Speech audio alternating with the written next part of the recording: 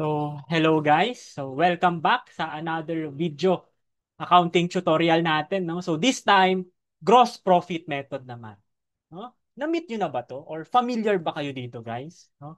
Sa isang kumpanya kasi, may mga inventaryo sila. May mga inventory sila. Now, what if yung inventory nila nasunog or ninakaw ng empleyado nila? Paano mo ma-estimate yung halaga ng inventory na nasunog or ninakaw? Doon papasok yung kahalagahan ng gross profit method, no? So in this video, no, hihimayin natin 'yan, no? So sit back and relax and enjoy the show. Okay? So, use of estimate in inventory valuation. In some cases, it is necessary to know the approximate value of inventory when it is impractical to conduct a physical count of inventories. No? Tulad ng sabi ko kanina, what if nasunog? No? What if may emergency? Hindi mo kayang magbilang. 'Di ba? Yung mga inventories kasi ng mga kumpanya, guys, kina-count yan. Physical count. No? Nasubukan ko na po ito is yung dahil, 'di ba? Dahil naging auditor na po ako. So yun, kwento ko lang, no? Doon sa pagiging auditor ko, guys, no, talagang physical count siya. Pupunta kami sa warehouse, sa bodega, no? And matrabaho po ito. Kung sa labas, sa external, 'di ba? Titignan mo yung coffee shop, maganda, external. Pero pag physical count of inventories na po, doon mo na po makikita, no? Doon mo na po makikita na, ganito pala ka sobrang lawak pala ng mundo ng coffee shop na yun. 'Di ba? Sa labas, maliit lang, pero pag tinignan mo yung inventories na yun, ay madami po, no? So when it is impracticable to conduct count of inventories, doon po magagamit ang inventory valuation. Now may dalawa. May dalawang commonly used. Namely, yung gross profit method and yung retail inventory method. Now, this time, focus muna tayo sa gross profit method, guys, no? Sa susunod na video na yung retail inventory method. But for now, ano ba talaga yung gamit ng inventory valuation, no? Let's dive deeper to that. These approximation procedures are frequently used after disasters or theft to estimate lost inventory for insurance purposes, no? Uunahan ko na kayo, guys, no, sa topic natin. 'Di ba? From the word itself, gross profit method. Meron kasi tayong sales, 'di ba? Bawat company may sales, may COGS or cost of goods sold equals gross profit. Now, yung gross profit na yan yung titignan natin. Magkano ba yung rate? For example, 30% yung gross profit, no? Yung sales mo, let's say 100%. Edi ibig sabihin, balancing figure, yung COGS mo dapat maging, or cost of goods sold mo dapat maging 70%. No? If aanhin mo yan, sir, 'di ba? Since alam natin yung gross profit rate, 'di ba? For example, taon-taon ganyan or may trend na 30% na constant. Eh di alam mo din na yung cost of goods sold laging 70%. For the time being, sales pa lang yung alam mo. Hence, pwede mong ma-estimate yung cost of goods sold gamit yung sales. No? For example, yung sales mo, 1 million. Alam mo 100% yan. Kaya ang cost of goods sold mo times 70% ng 1 million, 700K. Di ba? Aanhin mo ulit yung 700K. Remember, yung cost of goods sold, ginagamit yan to estimate or to know the value of ending inventory. Di ba? Meron tayong beginning inventory plus purchases. Di ba? Equals goods available for sale. Yung available for sale, it could either be mabebenta mo. Pag nabenta mo, ang tawag dun, cost of goods sold. Pag hindi, yun yung sum or yun yung difference nila na ending inventory. No? Since alam mo yung COGS mo na 700K, di ba? Malalaman mo na din kung magkano yung ending inventory. Nagkasunog nga, ninakawan ka. Di ba? Now, yung ending inventory, estimate lang yan. Iko-compare mo yan dun sa actual. Dun sa actual inventory mo based sa physical count. Or kung may difference man, yun yung ninakaw. Di ba? So, pahapyaw na to, guys, no? Pasensya na po, no? Inunahan ko na kayo para maintindihan nyo yung gamit. No? Yung ending inventory based sa estimate mo, iko-compare mo sa actual. No? Kung mayroon mang difference, yun na yung ninakaw. Di ba? Or masasabi mo na yun yung nawala. Now, Useful kasi yun for insurance purposes. Insured kasi yung mga inventory nila. No? So, useful yun for to know or to estimate magkano yung nawalang inventory. Okay? Next na, to verify physical counts. Okay, same example. 'Di ba? Meron kang estimate. 'Di ba? Meron kang estimate gamit yung gross profit rate versus actual. Yung actual physical count mo. Ito yung na-estimate mo, uy, taon-taon, ganito yung inventory ko. So, ang ine-expect ko, ang estimated ko, 1 million pa rin. Pero pagdating ng physical count, guys, naging 700K lang pala yung value ng inventory. O di alam mo na merong kulang. Di ba? Na merong deviation, na merong mali sa estimation mo. Okay? And somehow, it proved yung correctness or reasonableness of such count by making an estimate. Okay? And during interim reporting, guys, no? Interim financial statements are prepared and a physical count of goods on hand is cost. No? Kung ibig sabihin nito, what do you mean by interim reporting ba muna? Sa isang taon, sa isang reporting period hanggang December 2 or January 1 to December 31. Pag sinabi mong interim reporting, nag-report sila less than 12 months. Ang financial statements kasi natin, guys, 12 months yan. 'Di ba? What if nag-report ako, sir, 6 months lang? O, 6 months lang from ano lang, January 1 to June 30. Oh, wala pa akong actual diyan eh. Hindi ko pa naman alam yung actual inventory ko, 'di ba? So pwede akong mag-estimate na lang, 'di ba? Kaysa naman sa magbibilang ka, 'di ba? Yung pag-count mo ng goods, cost and time inefficient sila, 'di ba? Costly, 'di ba?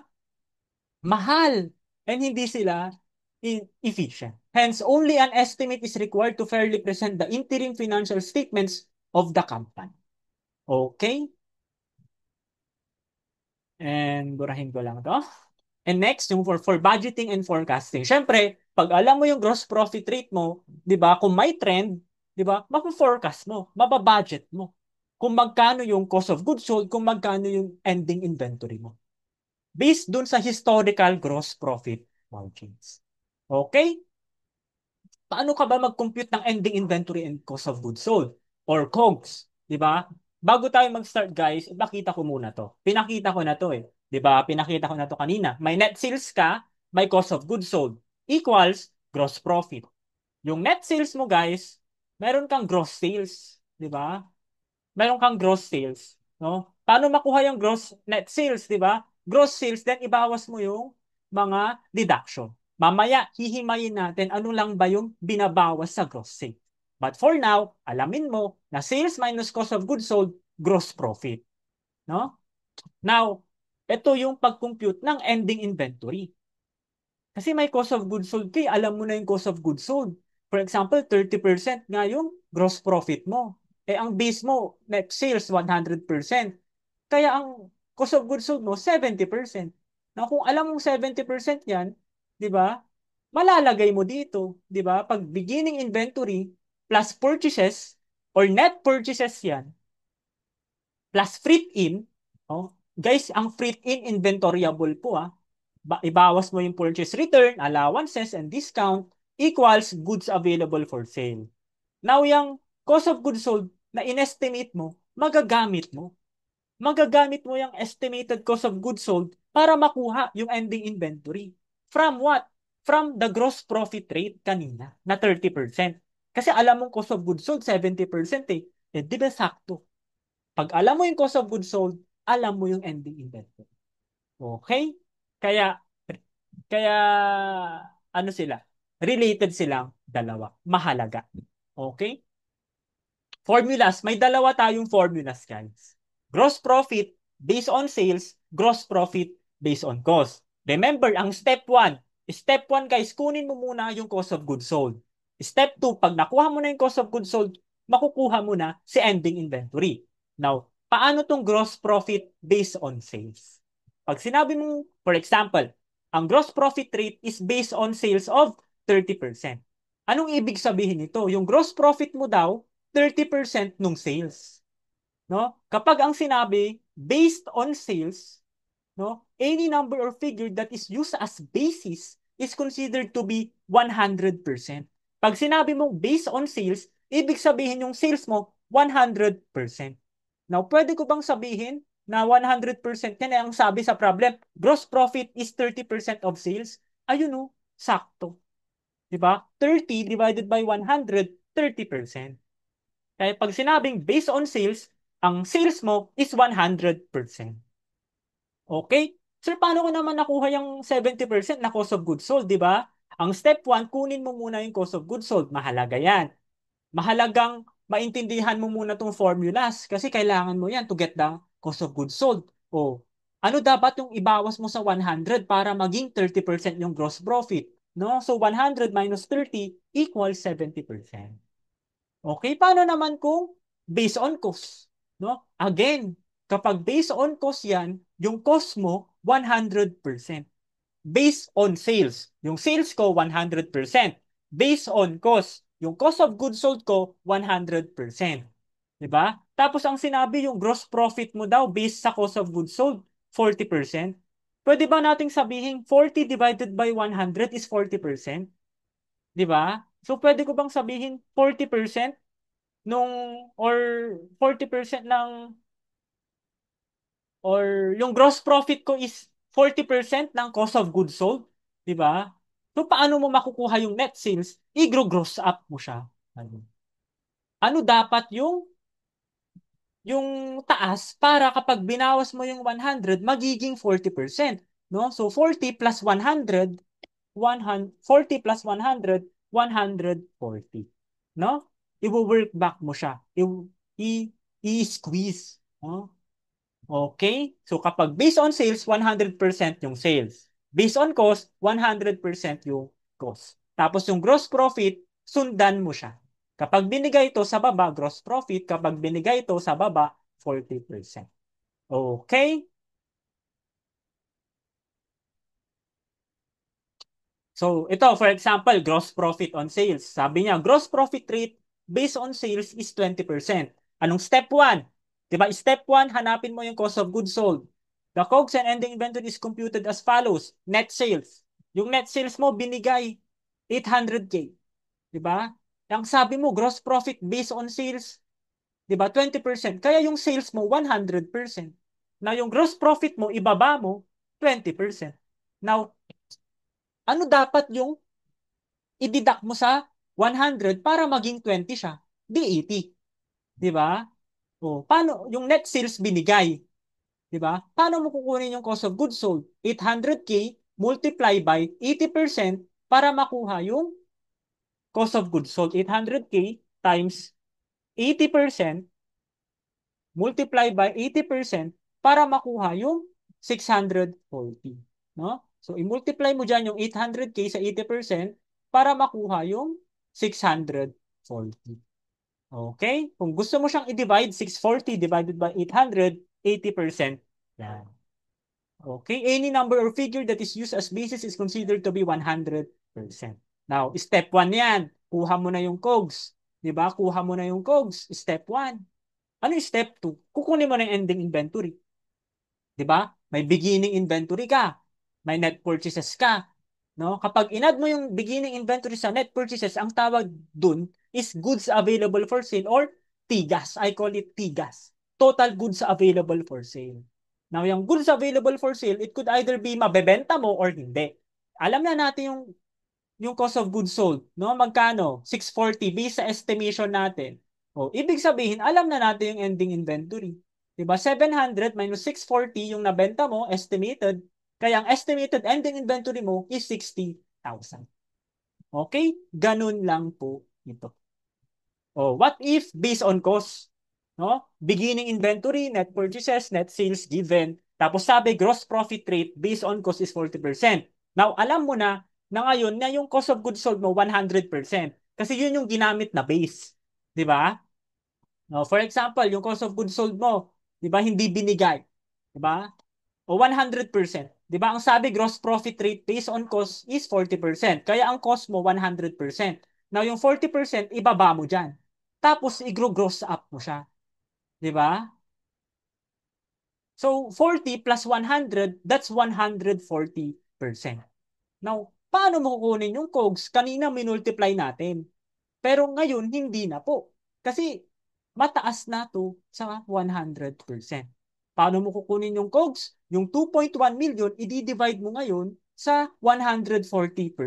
Or 2.1 divided by 1.4.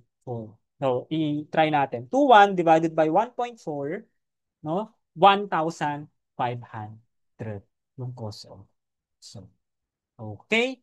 Again, itaas mo siya, 'di ba? Ano dapat yung maging ano dapat yung nasa taas na kapag binawas mo yung 100 eh magiging 40, 'di ba? That's 140. Now, i-bring down mo siya ngayon to 1 divided by 1.4 kasi kukunin mo yung 100% niya. That's 1.5, 'di ba? Now, oh, 'di ba? Step 1, nakuha mo na yung cost of goods sold. Step 1 'yan. Nakuha mo na yung cost of goods sold. Oh, anin mo na 'yan ngayon. May beginning inventory ka, may net purchases, that goods available for sale. Ibawas mo na ngayon yung estimated cost of goods sold. Kaya ang estimated ending inventory mo, 'di ba? 400,000. No? So guys, ganun lang po siya kadali. No? Very straightforward. No? Kaya tara na. Problem 1 na tayo. Korean company reported the following data during the current year. My beginning inventory, my gross purchases, my freight in, my purchase returns and allowances, my purchase discount, gross sales, sales return, sales discount, sales allowances. Diba? A physical count at year-end resulted in an inventory of 400K. The gross profit had remained constant at 40%. The entity suspected that some inventory may have been taken away by a newly hired employee. Diba? Oh, magagamit mo na dito yung gross profit method to know yung inventory na nawawala. What is the estimated cost of missing inventory at year? Now, paano to? Stick lang tayo. No? Step 1, cost of goods sold ka muna. Kaya ang may pakialam ka muna dito sa sales ka muna iikot. Dito sa sales ka muna iikot. Tapos yung gross profit rate. No? Step 1, lagi cost of goods sold hahanapin mo. Gamit yung gross profit rate. Kasi may binigay na sale. Now, ito, the gross profit had remained constant at 40%. Sir, walang sinabi na based on cost. Walang sinabi kung based on sales or based on cost. Ano pong gagamitin ko? Ano po ang silent treatment na gagamitin ko? Kapag walang binigay kung based on sales yan or based on cost. Gross profit rate is based on sales if silent. Bakit po? Ang pinaka-common, 'di ba? Ang pinaka-common na sales kasi is at 100%. Tapos yung COGS, ibawas mo yung COGS, then you will get the gross profit. Lagi ang sales talaga is 100%. Tapos itong mga to na lang, yung mga cost of goods sold, percentage of sales na lang sila. Percentage of sales na lang sila. Kaya ang nasa taas, laging nasa 100%. Kaya kapag silent, based on sales ka. Okay?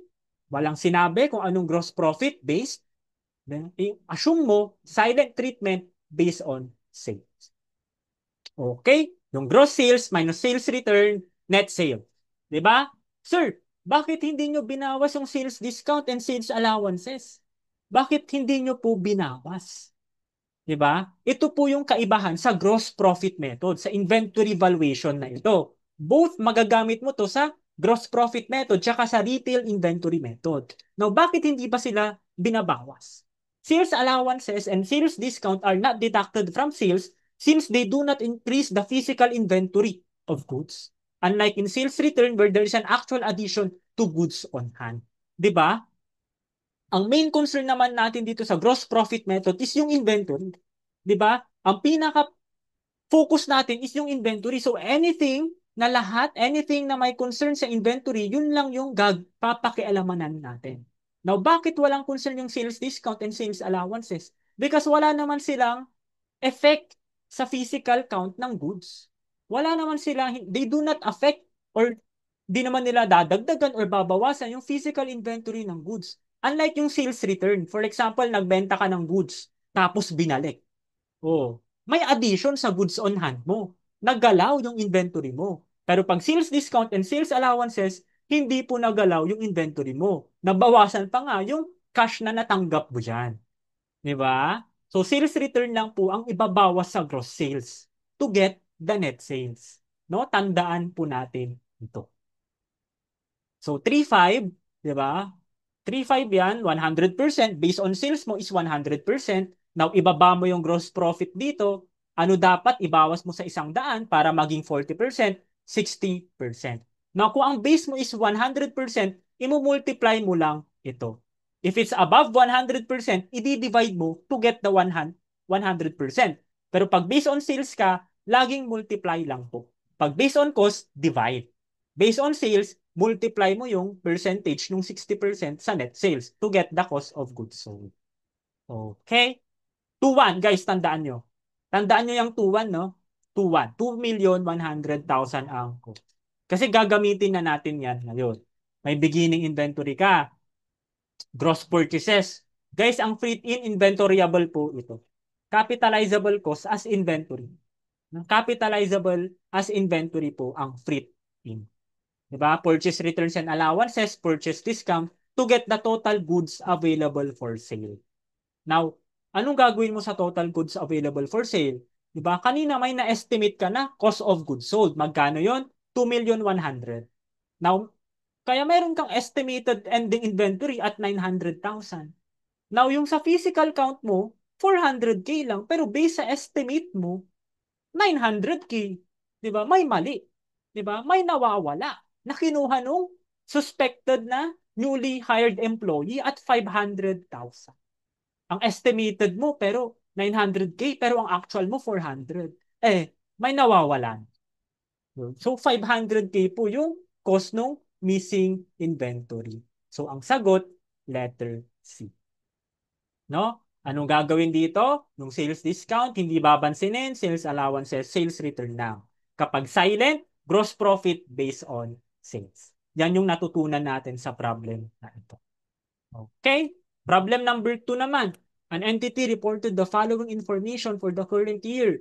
May beginning inventory, may purchases, freight in, freight out, purchase returns and allowances, purchase discounts, sales, sales returns and allowances, sales discount. A physical inventory taken at year-end resulted in an ending inventory of 2.5 million. At year-end, unsold goods out on consignment with selling price of 1,250,000 are in the hands of a consignee. The gross profit was 25% based on cost. What is the estimated cost of inventory shortage? Di ba? Oh, very straightforward and madami ding bago sa problem na to. No? Pero lagi step 1, sales ka muna. May gross profit based on cost 25%. May sales, sales returns and allowances, tsaka sales discount. Now, sir, paano po ito? Kanina pinaghiwala yung sales return tsaka allowances. Sir, ngayon, magkadikit or magkasama sila, sales return and allowances. Ano pong gagawin dito? No? Pero at first, di ba? Where the account is sales return and allowances with no details, guys, no? Take note, dapat walang details. The same should be deducted from sales. Ang assumption kapag sales return and allowances, sales return po siyang buong buo. Diba? Paano kung may details? Let's say for example, yung sales return daw dyan ang component daw ng sales return is 50%. Oh, edi yung sales allowances 50% din. Diba? May details. Kaya ang kukunin mo lang yung sales return na 50%. Dito walang sinabi. Kaya ang assumption guys, buong buo sales return yan. No? At ide-deduct mo pa rin siya from sales. 'Di ba? Tapos ang gross profit mo, 25% based on cost. O, based on cost ka. So, ang cost mo, ang cost of goods sold mo, 100%. 'Di ba? And gross sales minus sales return to get the net sales of 40 million. Remember guys, pag percentage na tayo, net sales yung kukunin. Hindi gross sales ang imo-multiply or i-divide mo sa percentage. No, 100% based on cost. Ilagay mo yung gross profit sa baba. No? Ilagay mo yung gross profit na 25 sa baba, tapos i-gross up. Kaya 125%. Now, net sales dapat yung i-divide mo. Since mas malaki nga, 25%, kukunin mo yung 100% no? Kukunin mo yung 40 million divided by 1.25, that's 32 million. Okay? 40 million divided by 1.25, that's 32 million. Okay? Now, alam mo na yung cost of goods sold, 32 million. Oh, step 1, tapos ka na, 32 million. 'Di ba? Oh, ano ngayon, yung total goods available for sale naman, kukunin mo na. 'Di ba? Inventory, 5 million, inad mo. Purchases, inad mo. Freight in, inventoryable, sabi ko. Pero freight out, hindi po kasama ang freight out. Guys, ang freight out ay selling expense. 'Di ba? Or distribution cost. Yan po ay part sa profit or loss. Expense po ang freight out. Ang freight in, inventoryable.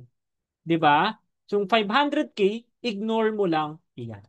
To get, then ibawas mo yung purchase returns and allowances, purchase discount, to get total goods available for sale. 'Di ba? Eh kanina sabi natin yung cost of goods sold, 32 million. O, kukunin mo na yun ngayon. 'Di ba? Sa estimated ending inventory ka na 8 million. Now, meron kang actual physical count. 'Di ba? Meron kang physical count na 2.5 million. Ibabawas mo yun sa estimated to get lang yung missing or yung shortage, 'di ba? Pero sabi dito, at year end, unsold goods out on consignment with selling price of 1,250 million are in the hands of a consignment. Ano po ba ang accounting dito? No? For example, si Corin Company, yung kumpanya, si Corin Company yun, di ba? Si Corin, siya yung consignor, yung entity, yung company na to, na sinosolve natin, siya si consignor.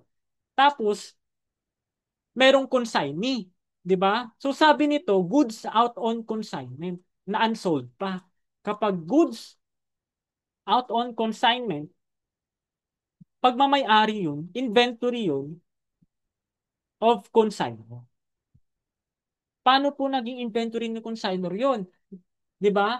Kay consignor pa rin yun. Siya pa rin yung owner nun. It's just that na kay consignee lang. Nasa warehouse lang ni consignee. Pero at the end, inventory pa rin yun ni consignor. Pero at this time, unsold pa siya. Tapos out on consignment. Ibig sabihin, wala siya sa warehouse. Ibig sabihin, hindi mo na bilang dito sa inventory mo. Wala siya sa actual physical inventory count mo na 2.5 million.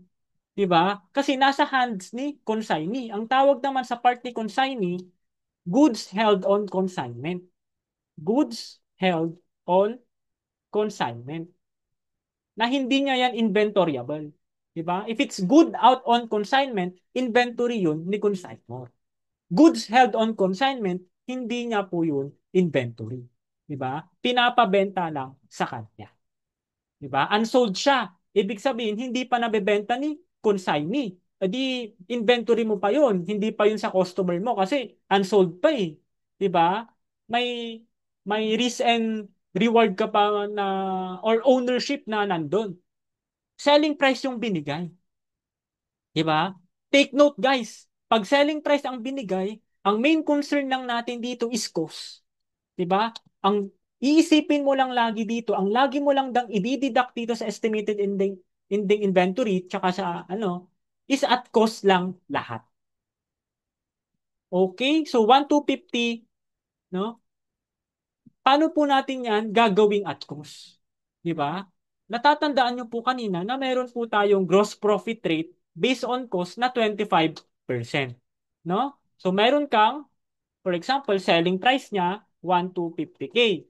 O cost niya wala, di mo alam, 'di ba? Tapos ang sabi niya, yung gross profit raw based on cost, 'di ba? 25%.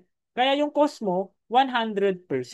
Now i-gross up mo na to ngayon. So 125% po ito. Now para makuha yung cost, yung selling price na 1,250, i-divide mo sa 1.25 to get 1 million. No? Again, 1,250 divided by 1.25, 'di ba? To get 1 million. Okay? Kaya po 1 million yung nandito. Goods out on consignment at cost is 1 million. Hence, ang estimated cost of missing inventory lang, no, 4,500,000. Okay? Okay. Kaya ang sagot, no, letter 2. Oh, so far guys, kumusta, no? Kumusta guys? Nakakasunod pa ba? No? Dahan-dahan lang, no? Inhale, exhale lang, no? Sana na-absorb nyo so far guys, no? Dahan-dahan lang tayo, no? Sana madami ka nang natutunan. Two problems pa lang yun, pero sana madami ka nang alam. No, ang gross profit, doon lang po iikot yun. Okay, ready ka na sa last problem natin? Ready ka na. Okay, inom lang ako ng tubig. On December 31, 2024, a fire destroyed most of the merchandise inventory of an entity.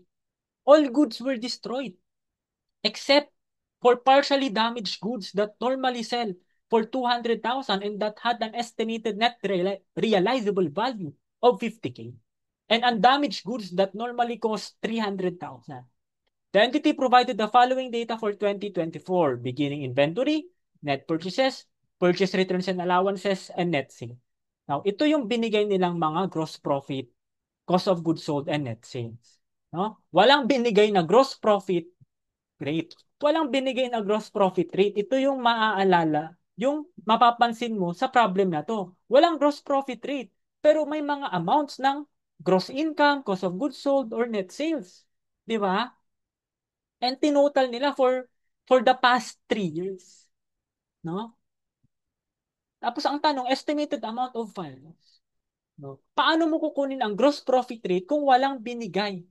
'Di ba? Explicitly na percentages. Now, ang sabi natin, ang gross profit method assumes that the rate of gross profit, rate ha, remains approximately the same. The rate or percentage of gross profit remains approximately the same from period to period, and therefore the relationship between selling price and cost of goods sold is relatively similar in prior years. Ano pong ibig sabihin nun? Yung rate daw ng gross profit remains approximately the same from period to period. For example, sa 2023, 2022, 2021, di ba? Ang gross profit mo dyan sa bawat taon, 30%. Di ba? Approximately the same. Kaya siguro, for example, 30% ulit ito. Di ba? I-approximate na natin na medyo ano. Tapos ito, 29.9%. So, close sa 30%. Tapos ito, 29.5%. So, para magkakalapit lang sila, approximately the same from period to period. Hence, yung cost of goods sold mo at sales, 'di ba? Yung relationship nila between selling price and cost of goods sold is relatively similar in prior years. So kung ang sales mo is 100%, 'di ba? Ang cost of goods sold mo is 70%, 'di ba? So halos the same silang lahat. Ito po yung sinasabi ng definition na yan. 70.5 dito. Tapos dito, di ba? 70.1 yung cost of goods sold nila. So, relatively the same yung relationship nila. Yun ang assumption sa gross profit method. Kaya nga po, yung binibigay lang na gross profit rate is iisa lang. Kasi ang assumption, yung relationship between cost of goods sold and sales is relatively similar. Pare-parehas yung rate ng gross profit. And not necessarily the same yung gross profit taon-taon na. Kasi pag same ang gross profit taon-taon, same din ang sales taon-taon. Same din ang COGS taon-taon. Hindi po siya ganun. Ang sinasabi lang yung relationship, yung rate, yung percentage, yung proportion. Tuloy po natin dito sa gross profit rate hierarchy. 'Di ba? Yung trend, number 1, trend. Kung may binigay na gross profit, it's because may trend. Could be constant, ascending, descending. Ascending, pataas yung rate. Descending, pababa. For example, 'di ba? Balikan natin yung 2023, 2022, tsaka 2021. Sa 2021, 25% yung gross profit rate mo. 'Di ba? Sa 2022, 30%. Sa 2023, 35%. So kahit hindi sabihin sa iyo yung 2024 na gross profit rate, may assumption ka na dapat 40% yung gross profit rate mo. Because merong trend. 'Di ba? Pataas siya. 25, 30, 35. Kaya kahit hindi sabihin sa iyo yung gross profit nung 2024, 40% po iyon. Pwede ring descending, 'di ba? 2021, 30, 2022, 25, 20, 2024 mo 15. Okay? May trend po. Yun yung hierarchy. Ang number one, may trend. Now, what if walang trend? 'Di ba? Parang dito sa problem natin, 'di ba? I-divide po natin yung 1090 divided by 3 million. That's 36.33%. Yung gross profit i-divide po natin yung gross profit sa sales. 'Di ba? 500 divided by 3,750, 13.33%. No? Yung 1410 i-divide mo po sa 5,250, that's 26.86%. Now, dito pa lang mapapansin mo na walang trend. 'Di ba? Hindi binigay yung gross profit rate. Now, ang hierarchy, tumingin ka sa trend. Tignan mo kung merong trend. Pero dito, walang trend. 'Di ba? 36, 13, 26, wala kang makikitang trend. Okay? So, pupunta ka sa number 2, average mo. I-average mo yung profit, yung gross profit rate. 'Di ba? Total gross profit divided by total net sales. Ha? Coincidentally, pag inad mo lahat yan, yung 1410 plus 500 plus 1090, 3 million yung gross income mo. Or ang ibang tawag sa gross profit is gross income. Now, i-divide mo yung gross income sa net sales mo, that's 25%. Kaya ang average gross profit rate natin, 25%. Yun po yung gagamitin natin na gross profit rate. Tapos kapag silent, ang silent assumption kapag hindi sinabi kung based on cost or sales, based on sales po yung gross profit rate natin. Okay? O yan, net sales, binigay, 6 million. Alam na natin yung based on sales natin or gross profit rate na 25% based hierarchy average. Now, net sales, di ba? Based on sales ka, kaya ang sales mo 100%, ibaba mo yung gross profit 25%, 'di ba? Magiging 75% ito. 6 million multiply by 75%, tandaan kapag based on sales yan, multiplication, kapag based on cost, division. No? 6 times 6 million times 75%, that's 4.5 million. Kaya okay ka na sa step 1. Alam mo na yung cost of goods sold. No? Congratulations, no? Alam mo na yung cost of goods sold. Ano ulit yung gagamitin mo dyan? Beginning inventory plus net purchases. Sir, bakit hindi ko pinansin yung purchase allowances and returns? Kasi po, nakanet na siya. 'Di ba? Remember, gross purchases, ibawas mo dyan yung purchase discount, purchase returns and allowances. Yun lang din po, already, ang tawag na doon, net purchases. Kaya ibig sabihin, dyan sa net purchases, already deducted na yung purchase returns and allowances. No? So, hindi mo na siya i-deduct pa kasi naka-net na siya. Okay? So, 5,400 yung goods available for sale, yung goods, cost of goods sold, yung estimated kanina, 4,500. Kaya yung estimated ending inventory natin, 900K. Pero hindi ka pa tapos dyan. Dahil sa 900K, mayroon pang dalawa. May damaged goods pa at undamaged goods. Diba? Paano mo to madidistinguish? Ano ang treatment mo kapag damage, kapag undamaged?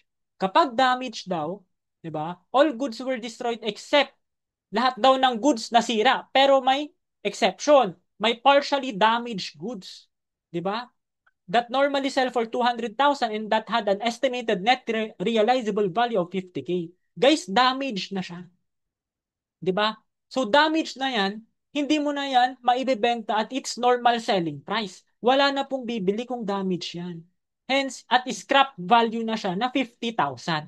Whether partially, wala pong factor kung partially or completely damaged 'yan. So long as damage siya at net realizable value na siya.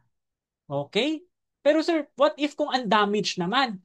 Undamaged goods that normally cost 300,000. 'Di ba? Pag undamaged goods, guys, at cost, 'di ba? At cost. Paano kung at selling price yung binigay dito? That normally sells for 400,000. 'Di ba? So kukunin mo yung cost, 400K yung selling price niya, ano yung cost? 'Di ba? Ano yung kanina gross profit natin based on sales na 25%, ang cost of goods sold natin 75%. Kaya ang cost, 'di ba? 300,000, ha? Excuse. 300,000.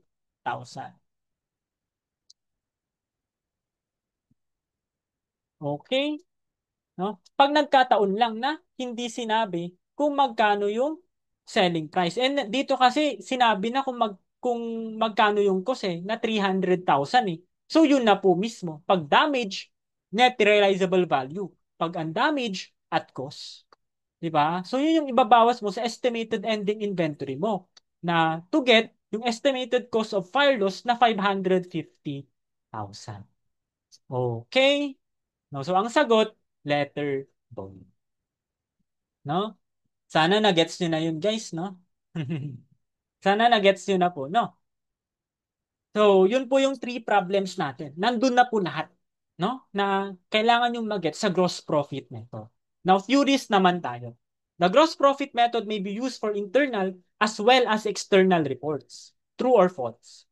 No? Gross profit method is based on the major assumption that the rate of gross profit remains approximately the same from period to period, and therefore the ratio of cost of goods sold to the net sales is relatively constant from period to period. Statement 2 is true. Diba? But statement 1 is false. Kaya ang sagot po is letter boy. No? Explanation sa statement 1.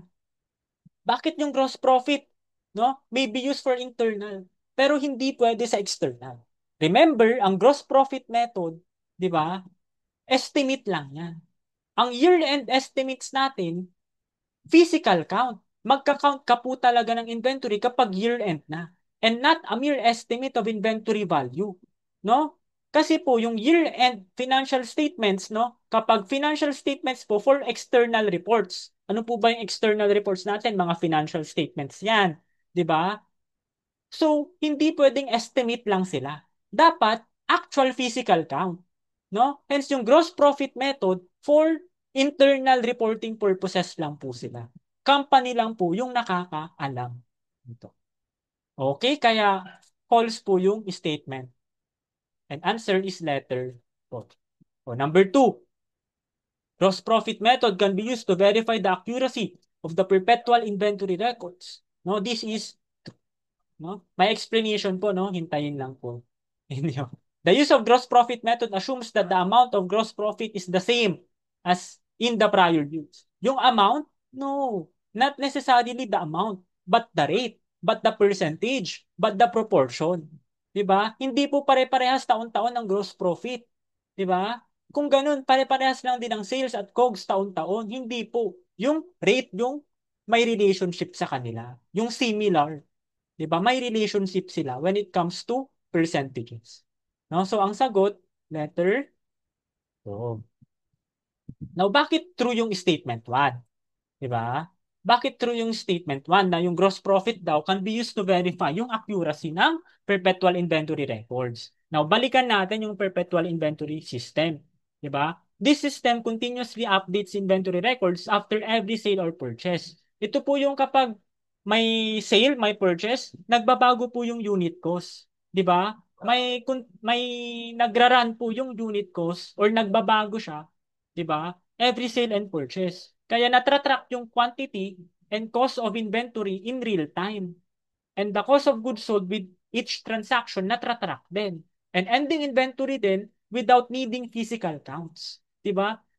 Sakto. Gantong-ganto po yung yung ginagawa sa gross profit method. 'Di ba? Alam natin yung cost of goods sold, 'di ba? Alam natin yung ending inventory without the need of physical counts kasi may gross profit rate tayo. 'Di ba? Cost of goods sold, ito yung step 1 natin kanina nakukuha natin.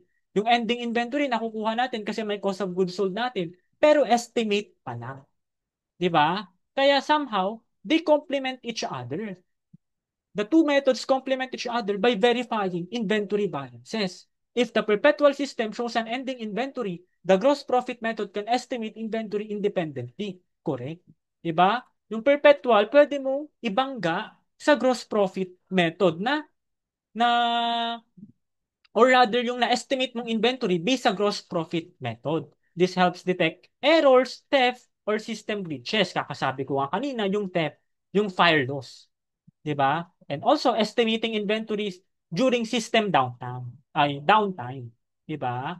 If the perpetual system fails or data is lost, 'di ba? Nag-loss or nag-fail yung perpetual system, pwede pong i-reconstruct ng gross profit method yung inventory estimates using sales data in historical gross profit margins. 'Di ba? Basta may sales ka and may gross profit rate ka, alam mo yung cost of goods sold. 'Di ba? And yung cost of goods sold, ibabawas mo sa cost of goods available for sale to get the estimated ending inventory. 'Di ba? They complement each other. Kaya statement one is true.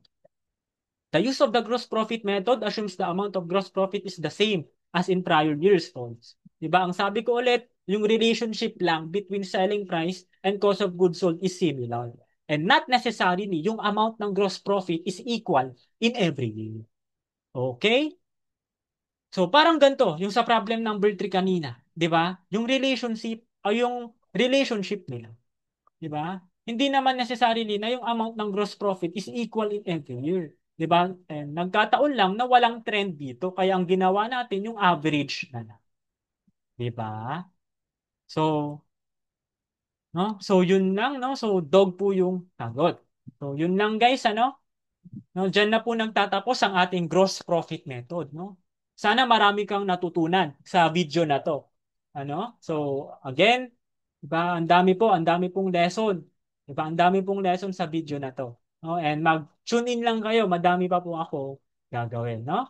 So, subscribe pa kung gusto niyo pang matuto ng accounting subject. Okay? Bye-bye. Thank you, guys.